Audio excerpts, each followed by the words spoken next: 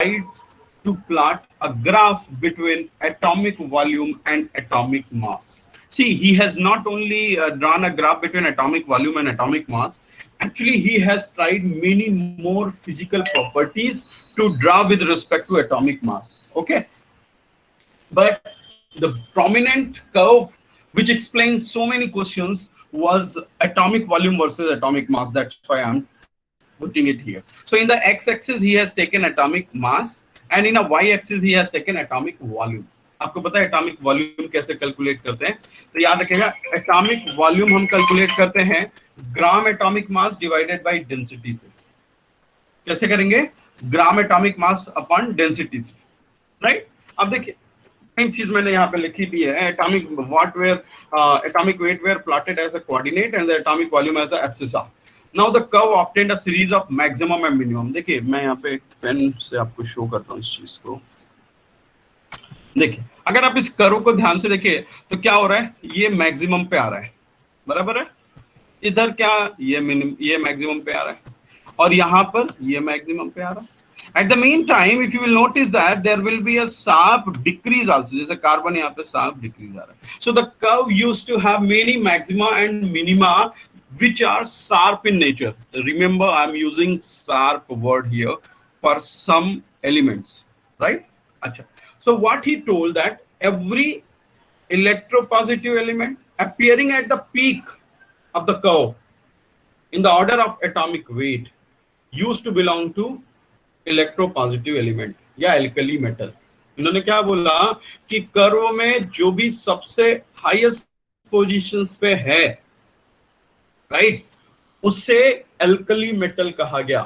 So in the graph whichever the element has occupied the highest positions in maxima in curve, they will belongs to alkali metal. It was his statement. Later on he made it much more general statement, and he told that if the element which are occupying the same position in the curve, same position मतलब क्या है कि बढ़ रहा है, उसके बगल वाला पड़ोसी देखिए वो भी बढ़ रहा है, then they do belongs to the same group. Clear है? इन्होंने क्या, पहले उन्होंने क्या बोला, जो मैक्सिमा पे आया तो वो कौन से मेटल होंगे? Alkali metal. उसके बाद उन्होंने क्या बोला, इसको और स्टेटमेंट को क्लियरिफाई किया कि अगर एलिमेंट्स कर्व में सेम पोजीशन मतलब याद रखिएगा, इनका ये कहना था सेम ट्रेंड, राइट, अगर फॉलो कर रहे हैं इसका मतलब वो सेम प्रॉपर्टी को बिलोंग करते हैं, यानी वो सेम ग्रुप के होंगे, राइट. देखिए, elements have the similar property, have the same positions on the curve. It was his statement later on, and he told that maximum point या maxima used to be covered by alkali metal. अभी देखिए, एक बार और देखिएगा ध्यान से. देखिए, अगर मैं चाहूं और अभी मैं एल्कली मेटल को पूछूं, देखिए यहाँ पे लिथियम को भी है एक्चुअली. अब देखिए मैं क्या कर रहा हूं, केवल इस पॉइंट को ऐड करना जा रहा हूं. ये देखिए, बराबर है, ऐसे जा रहा है, एक पैटर्न हो गया. अब चलिए, एल्कलाइन मेटल नेक्स्ट हाईएस्ट है इसका बेरिलियम, बेरिलियम के बाद मैग्नीशियम, मैग्नीशियम के बाद कैल्शियम, कैल्शियम के बाद स्ट्रांसियम. ये देखिए, अगर आप देखेंगे तो दोनों ही केसेस में कर्व के नेचर क्या आ रहे हैं, ये देखिए कैसे आ रहे हैं. ये देखिए ऐसा आ रहा है. जो हाईएस्ट पोजीशन पे जा रहा है उसको क्या बोला? Alkali metal.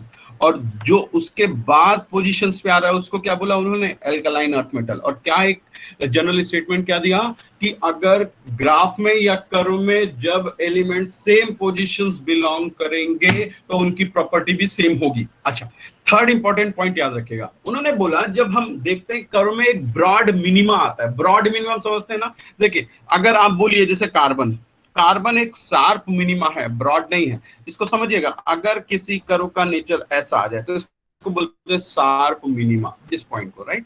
लेकिन सपोज करिए यही कर्व का नेचर ऐसा आ जाए, ऐसा, तो इसको क्या बोलेंगे? Sharp minima. देखिए, ब्रॉड नहीं है ये, सॉरी शार्प नहीं है, ब्रॉड है. अब देखिए इस कर्व में ये पर्टिकुलर पार्ट जरा ध्यान से देखिए, इसमें आप कोई एक शार्प अटेंशन नहीं दे सकते कि सर ये ऐसा है, मतलब नियर अबाउट सेम आ रहे हैं ना. तो इसको उन्होंने कैटेगराइज करके एक डिफरेंट मेटल डिस्कवर किया और उसको बोला ट्रांजिशन एलिमेंट. क्या बोला उन्होंने? Transition element. So it is the first step where the category of element has been defined and the transition element has been kept in a different series. Remember, it was the Lothamer who has discovered the nature of element, the different nature of element, and he has kept the transition element side apart with respect to rest of the element. Lothar Meyer थे, Mendeleev नहीं थे ये, ठीक है। Anyway देखिए, अब देखिए यहाँ पर मैंने फिर से इसको लिखा है कि broad maxima on the curve belongs to the transition element, right. अब देखिए ये स्टेटमेंट उनका था कि physical property of an element, physical property of an element are the periodic function of their atomic weight. ये तो पूरा कंक्लूजन वो लेके आए कि physical property of element are the periodic function of atomic weight. Clear है। अब देखिए यहां पर एक वर्ड यूज किया था periodic, right, that was the basis of Mendeleev periodic table. तो जो पीरियड वर्ड था ना वो सबसे पहले करेक्टर इसके अपने पीरियडिक टेबल के रिस्पेक्ट में जब यूज किया गया तो it was mayor, Lothar Meyer who has used this, it was not Mendeleev.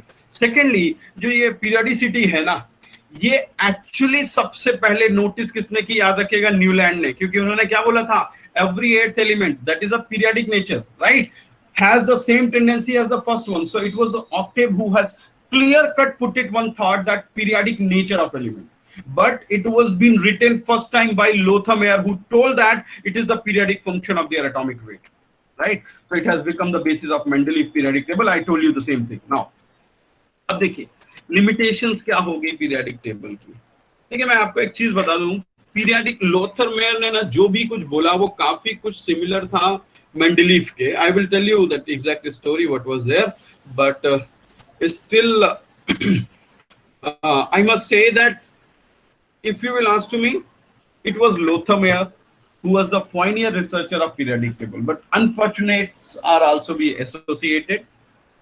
We will discuss about it. So first thing is that याद रखिएगा मेयर ने क्या किया, जो भी एलिमेंट प्रेजेंट थे उनको तो उसने टाई अप किया, रोप अप किया और एक periodic table they the, but unfortunately he has not kept a space blank for the newly discovered element. That was the major blunder which he has faced, and the another blunder was he died early actually, but anyway we'll talk about later on. Anyway abhi yaad rakhega ki Meyer's periodic table was incomplete as compared to the Mendeleev which was published in the same year. Anyway that is not important. The only thing which is important is that the Meyer's periodic table was incomplete with respect to Mendeleev. And in what way it was incomplete? Always remember, he has not kept the space blank for the unknown element. Second thing is that if you will see, Meyer na phas gaye is cheez mein ki what he has told ki okay, if you will try to plot a graph between the physical property and atomic mass, right, and then you can find out that the physical property are the periodic function of atomic weight, right?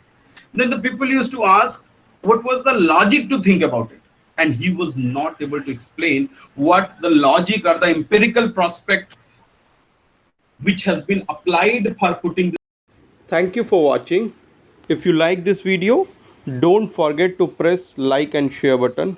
Do subscribe the channel for many more interesting videos.